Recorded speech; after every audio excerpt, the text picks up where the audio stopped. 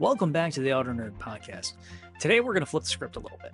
In the past few weeks, I've been talking a lot about some pretty heavy topics, and today isn't necessarily going to be light lifting, but let's try to make it positive.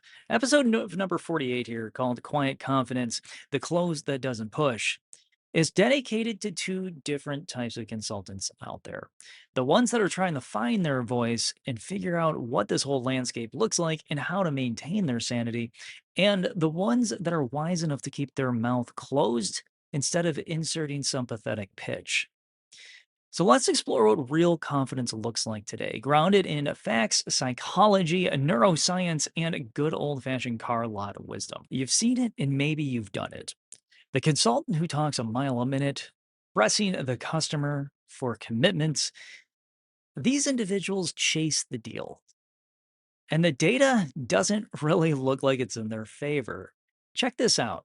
According to Gong.io, the top performing reps that are out there selling pretty much anything listen 54% of the time.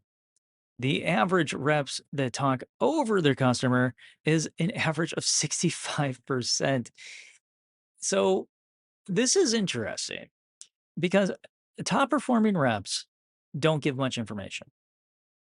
Low performing sales reps that are out there get clobbered, not only in the fact that their closing ratios are not great, but also in the fact that their gross profits are lower and people don't want to be around them.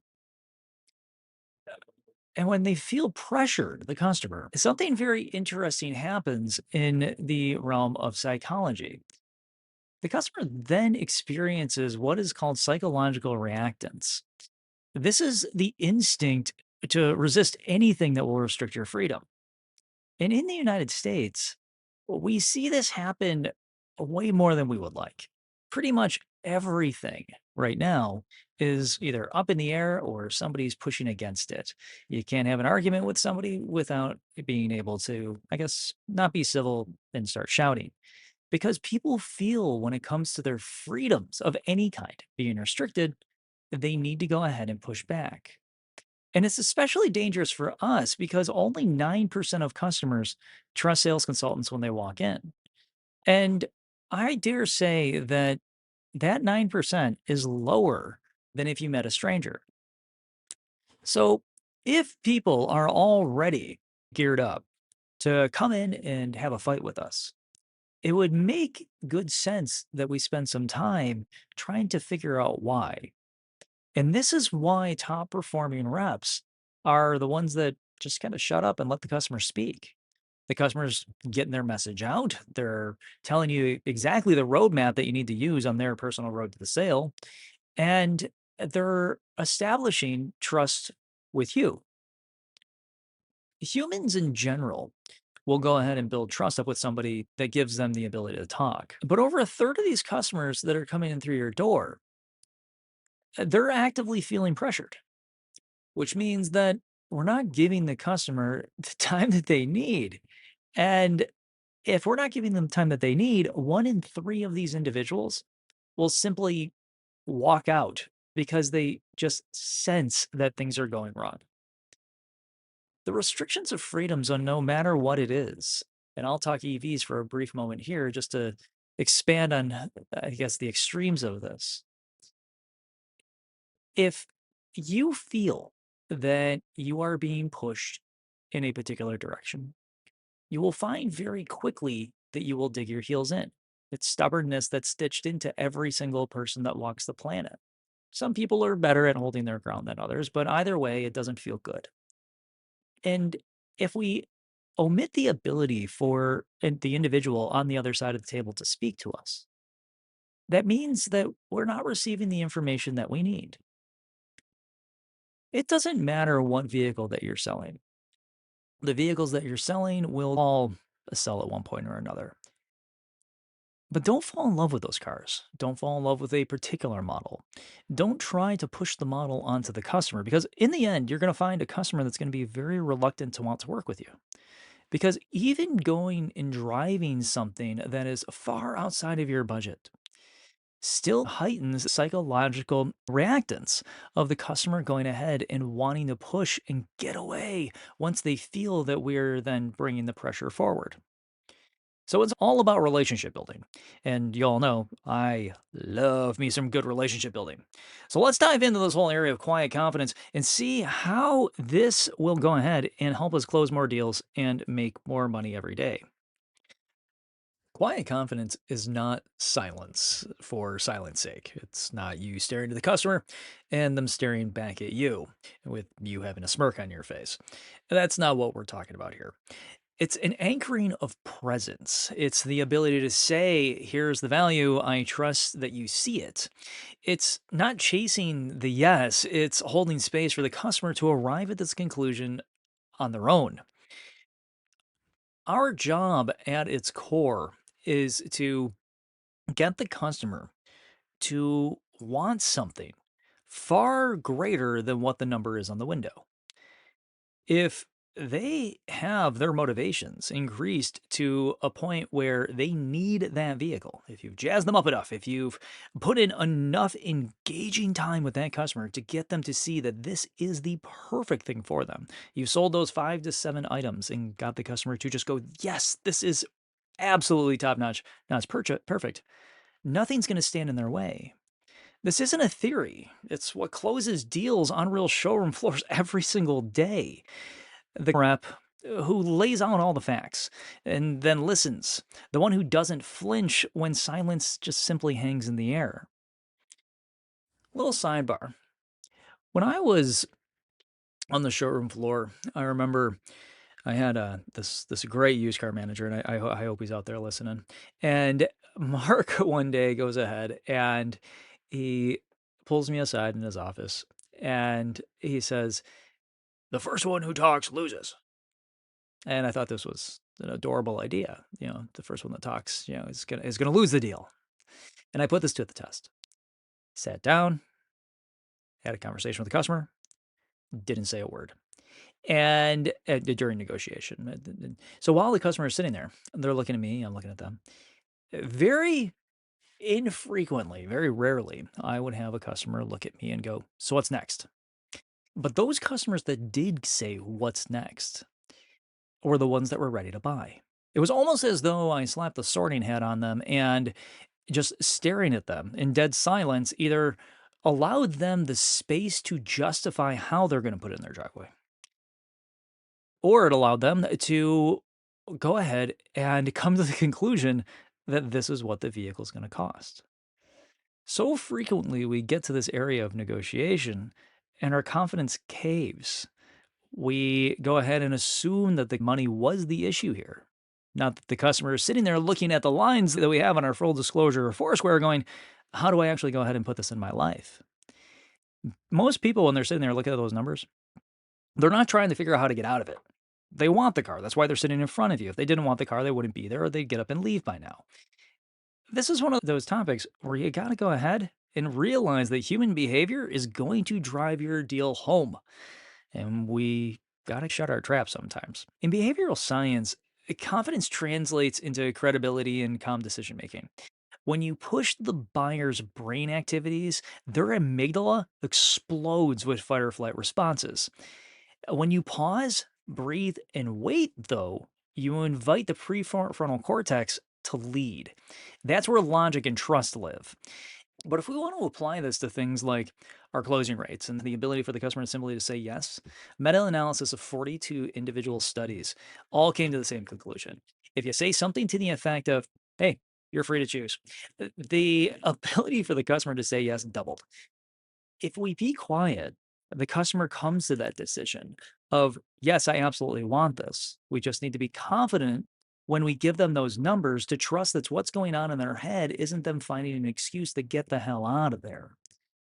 We need to move forward without losing profit, paying for the customer to drive off the lot in our vehicle. And we need to do it with the least amount of pressure possible. So let's go over the close that nobody really ever teaches. It's called silence. After you present the price, zip it. Shut the trap, be quiet, whatever you call it. Just shut up. Make that your little moment of zen. Yes, it is nerve-wracking for you. You wanna say a billion things to go ahead and convince that customer to buy the car. But you've done all the selling that you can do to this point. You don't wanna fill the space with you. It's time for the customer to get their head wrapped around getting into this vehicle. Yeah, sure as heck don't wanna discount this thing because that is your paycheck if you're on a commission-based pay plan. Don't open your mouth yet because that might be very well where the customer will force you to build value at this point in time. Most people, again, are trying to come to their own conclusions about how to put this thing in their driveway. And sure as heck, don't justify it at this point because now you're just simply giving the customer reasons to think about why to or why not buy this thing. Hold off on all of that. Negotiation research shows that most breakthroughs come immediately after silence. Let the customer talk themselves through it. Let them deal with whatever the heck is going on inside of their brain at that point in time. Because guess what? Most people look for a positive outcome. As your customer, I did not just spend 2.5 to 4 hours with you to say no in the end. I'm working with you at this point in time to buy this car. You're my partner, you're my guide. But when you break that silence, all of a sudden you instantly start to erode trust because now you've just switched from a consultant to a salesperson. But there's a whole world of things to look at this point in time. I can tell you, hey, you know what? Be quiet and everything's going to go well. You're going to sell the car right then and there. But there are other things that will trip us up. Body language and your presence are going to be big ones.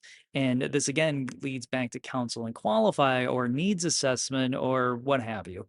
And understanding who this person is. Do they want you around at this point in time? Do they want you staring at them? Confidence isn't in just what you say, it's how you also exist in the room and in the space that you are with the customer. Open posture, relaxed shoulders, steady eye contact, even breathing, all are things that contribute to your nonverbal calming cues. And these will be mirrored by them. Thanks to things like mirror neurons, if you're grounded, they'll feel safer around you. Now, with this though, but I do have a couple nerd stats here for you. 55% of communication is nonverbal. I've seen 55, I've seen 80. Here's what I can tell you. It's over 50% and it's important, which means that we need to pay attention to it. The slouching, cross arms, nervous fidgeting, that broadcasts uncertainty on your end. And when we broadcast that, when the customers are looking at, I'm spending anywhere from 20 to $180,000 on this vehicle or even more, I don't want the person on the other side of the table to be fidgety with me. Your silence speaks louder than any script that could be provided. And that silence allows that customer to anchor themselves. Real closers, they don't chase. They have never had a reason to. They've worked with the customer, they've held them hand in hand throughout the process, and they let the customer know that it's okay. That tone that you set with the customer during things like needs assessment, you set it very early. You don't wait till later on. You don't have the customer come in so they can simply go pumpkin patching with you and then order a car in the end from you. It doesn't work like that. Well, I guess it's some sorts. But you set the tone early. And with things along the lines like, here's what we're going to cover today, or here's the value we provide, or here's the investment. You're taking the time to go through these items because real closers, they don't chase. They don't have a reason to. They anchor customers on down directly to that vehicle. And when it comes time to talk numbers, we get into conversations that start off with things like, here's what we'll cover today, or here's where we provide value, or here's your investment. Anchors are important because the anchoring effect is a bias hardwired into human brains. Whoever speaks first sets the entire frame of the whole deal. So don't be afraid of a price conversation. Own it early, hold the line, and respect their process. If they want to sit there and they want to think about it, cool. But one thing that you will notice is that if you do open your mouth, here come the I'm just thinkings, or here comes the I wanna go home and sleep on it. Or, my favorite, I need to pray on it. Well, at that point in time, you're whatever religion they wanna be, you gotta pay a mortgage here, but no offense to anything, just we're salespeople. When you got that customer sitting in front of you, There are those human triggers that, if used properly, you can get them to justify yes and keep a smile on their face. Case in point, when you opened your mouth last time and you had to discount that vehicle heavily and it eroded a massive amount of your paycheck, how many people had a smile on their face? It wasn't comfortable for you. Your manager didn't want to discount the car, but knew that they had a hot one there. And the customer in the end still wasn't happy. Well, the reason was, again, the money is not the issue. You gotta let the customer get through that. So I'm gonna take you back to some notes that I took a very long time ago about a sales consultant named Josh. Josh in 2016 was working at a dealership in Ohio. And I remember walking into the showroom floor one morning, good old 8 o'clock in the morning, sitting there and just surveying the land and drinking consistently terrible coffee at every dealership in the nation. It's all the same. There's a reason I don't typically go out and buy coffee at places. Go to dealerships, tastes the same. It's terrible, but at least it's reliable. Now, Josh was working with a family with this SUV, and this family, they saw three dealerships. They dealt with people that were constantly pushy, and they were kind of spent. Now, I do know that a lot of people cave when they buy, right? You stop at 4 or 5 stores, you're gonna just end at one of them and go, you know what, I'm done, I'm tapping out. I just realized that the car is more important than the payment. Josh realized something. Josh did exactly the opposite of what the other dealers were doing. He decided to not push, right? He asked them pretty straight up, what do you want in this car that can help your family out? And as he was sitting there, the mother, who I'm assuming was the mother, stopped. And I thought I saw her start to cry. Eventually, she did, because the past of three dealers that she was at were terrible. She did not like the process, and she made it very clear to him when they sat down.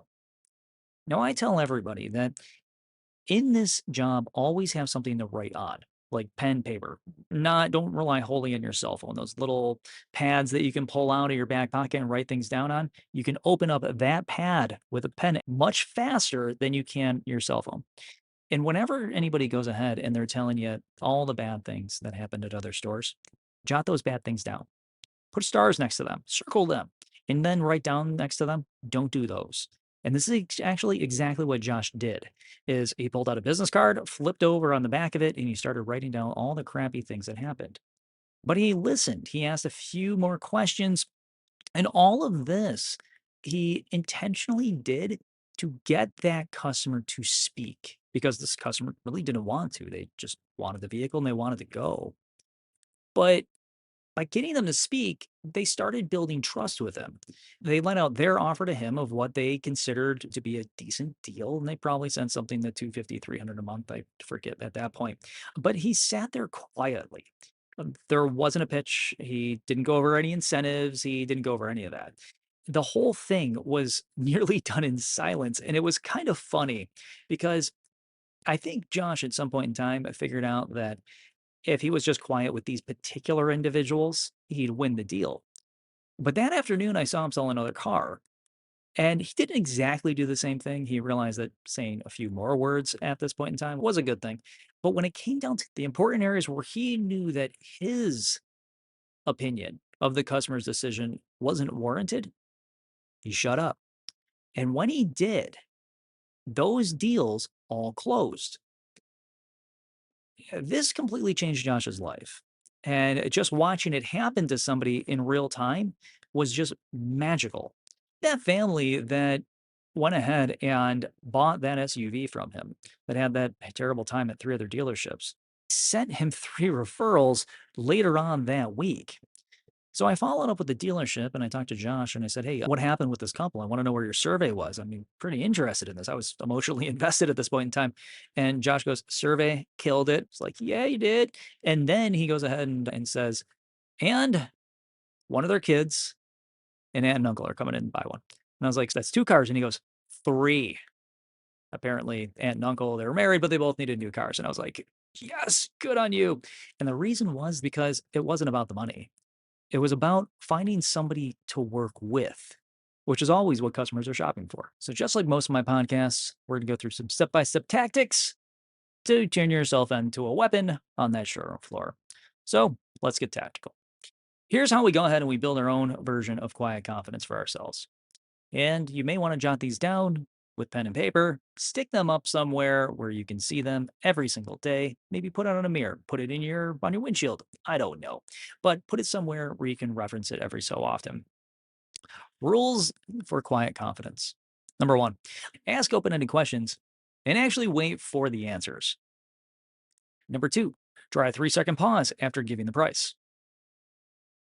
Number 3, mirror their tone and body language subtly. You don't want to be their mirror. People find that incredibly obnoxious, but you want to make them feel comfortable. Remember, your posture of comfort, they will mirror. You just need to make sure that you're exuding that. Say things like, hey, you know what? No pressure, only if it feels right to you. And this is when, again, we shut our mouths. Customer goes ahead, they think it through, they justify how they can pull this off, where they're going to pull money from, who's going to be their specially selected co-signer, whatever it might be that's going through their brain at that point in time. But most people are going in the direction of positivity. And then one of the ones that is never talked about, but a very good tactic to just have in your back pocket when most objections come up in life. Totally fair question. Let's unpack that. You see, these aren't necessarily tactics. They're more or less trust builders, we should say. But by going ahead and looking at a customer and saying, let's unpack that, you're allowing them the ability to learn, the ability to understand. This goes to customers as well that might look at your dock fee and say, what's the dock fee? I have absolutely no idea what that is. It might not be that they're saying take it off. That is just very much the price of the vehicle at that point in time. They're just actually wondering what the heck it is. Let's unpack that and go into, hey, here's why my pinstripes cost 2,500 bucks or whatever it might be. Now, turning the years forward here to 2019 in Phoenix, I bumped into a woman named Danielle. She was one of those people that was instantly inviting, meaning that you can walk in, shake her hand, sit down, and instantly spark up a conversation. Somehow, some way, she had the talent to get that conversation to only come from the customer, only from the person on the other side of the desk. This was a natural thing for her, and it was just fascinating to see. She also knew that if she didn't say a darn word about herself, she can also keep her privacy and stay in the lane of the customer and have awesome conversations about them. And she wielded that like a weapon. It was incredible to watch. But one day she had a customer say what we hear probably 5 times a week. We're not ready to buy today. And most of the time, we'll go ahead and rush to overcome this. We'll fork over our commission. We will swap vehicles. We'll do things like stretch the loan out and try to justify how it's a better positioning for the customer. But she turned around, she flipped the script. Danielle nodded, and then she said, of course, my job's just to make sure that you have everything that you need right now to make a great decision, whether it's at this moment or it's later. The customer immediately cracked open with the questions that they had. What was the holdup? And because that trust was there, they trusted that Danielle wouldn't jump down their throats about whatever they decided to go ahead and say. Again, Danielle was their partner at this point in time.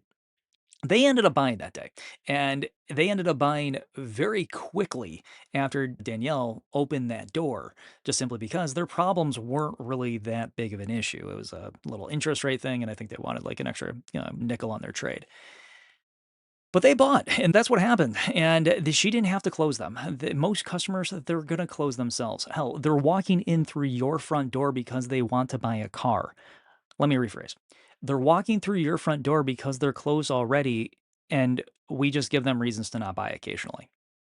She earned their trust. She didn't come up with some crazy close that would make them want to walk out the door. Because sometimes what we say at that point in time is incredibly obnoxious. The big picture of this business is that you don't need to be a fast talker. You don't have to have hard closes. You don't need a pitch. You need presence. When you anger, when you trust the value, when you let silence speak confidence, you win. More importantly, the customer wins too. They pay more money for the car, they leave with a smile on their face, and you crush it on the survey. If dealers out there are to eliminate the sales board, of course, keep track of who's selling what, but don't make it a competition. Eliminate the sales board and focus on quiet confidence. Focus on building trust. Focus on what a quality needs assessment looks like.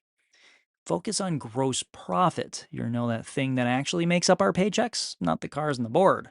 It's how much profit we're actually giving to that dealership. Remember, they give you a big chunk of it. So that's where you want to spend your time, because when the customer feels safer, when you feel safer at that establishment that you're going to, that bar, that movie theater, that car dealership, that motorcycle dealership, the hunting shop, wherever it might be, if you feel more comfortable with that individual, you are coming back. If you received a massive discount on your car, but the people are absolute jerks that sold it to you, answer this. Are you going to send your friends and family to that particular sales consultant? The answer is no. You don't want your friends and family to have a terrible time, and you're never going back there either. See, that time when we break the silence, it's like interrupting the customer when they're going ahead and giving you very critical information on how to close that deal down. If we break that concentration and the thought doesn't finish itself, the answer will be no, because the customer is in that no space. They're trying to justify to themselves, yes. And if we relate this to last week's episode about ego, if we concentrate on inflating the customer's ego, the customer's ability to not only feel positive about themselves, but the ability to know that they can do this, and we give them that ego boost, which then forces motivation to increase. Now we have a customer that's in a position to make their own dreams come true. And all we did is guide them and take the paycheck in the end. It's not a practice that is dishonest. It's incredibly honest. It's not a practice that goes ahead and shoves the customer's head into the desk and says, press hard 3 copies. It's a process that allows the customer the freedom to understand that you have the ability to pull this off. And I'm here to make sure that you have all the tools to be able to be successful doing that. So, congratulations. I hope you love the vehicle. And at the same time, I know I'm going to love that paycheck. And please send me some referrals too, because in the end, it's not the car, it's not the payment, it's who you're working with that makes it count. So thanks for listening today. This is episode Quiet Confidence. Please head on over to autonerd.com. That's AUTOKNERD.com. Don't forget that K. And sign up for that Saturday newsletter. That Saturday newsletter is your Saturday morning booster to get your confidence on the right track so you can crush that Saturday. Because Saturday is our weekly holiday, and we want to respect that. And we want to make sure that when we hit that showroom floor, when we hit that sales lot, when we go ahead and we sit down with that customer, we can have the confidence that we need to make that customer's time absolutely phenomenal in front of us. So go sign up for that newsletter at autonerd.com. Hit that showroom floor, spread kindness, spread caring, because those are going to be the razor that will go ahead and crush the customer's anxieties and raise their permission to themselves to buy a car. Auto Nerd out. I'll see you next Thursday.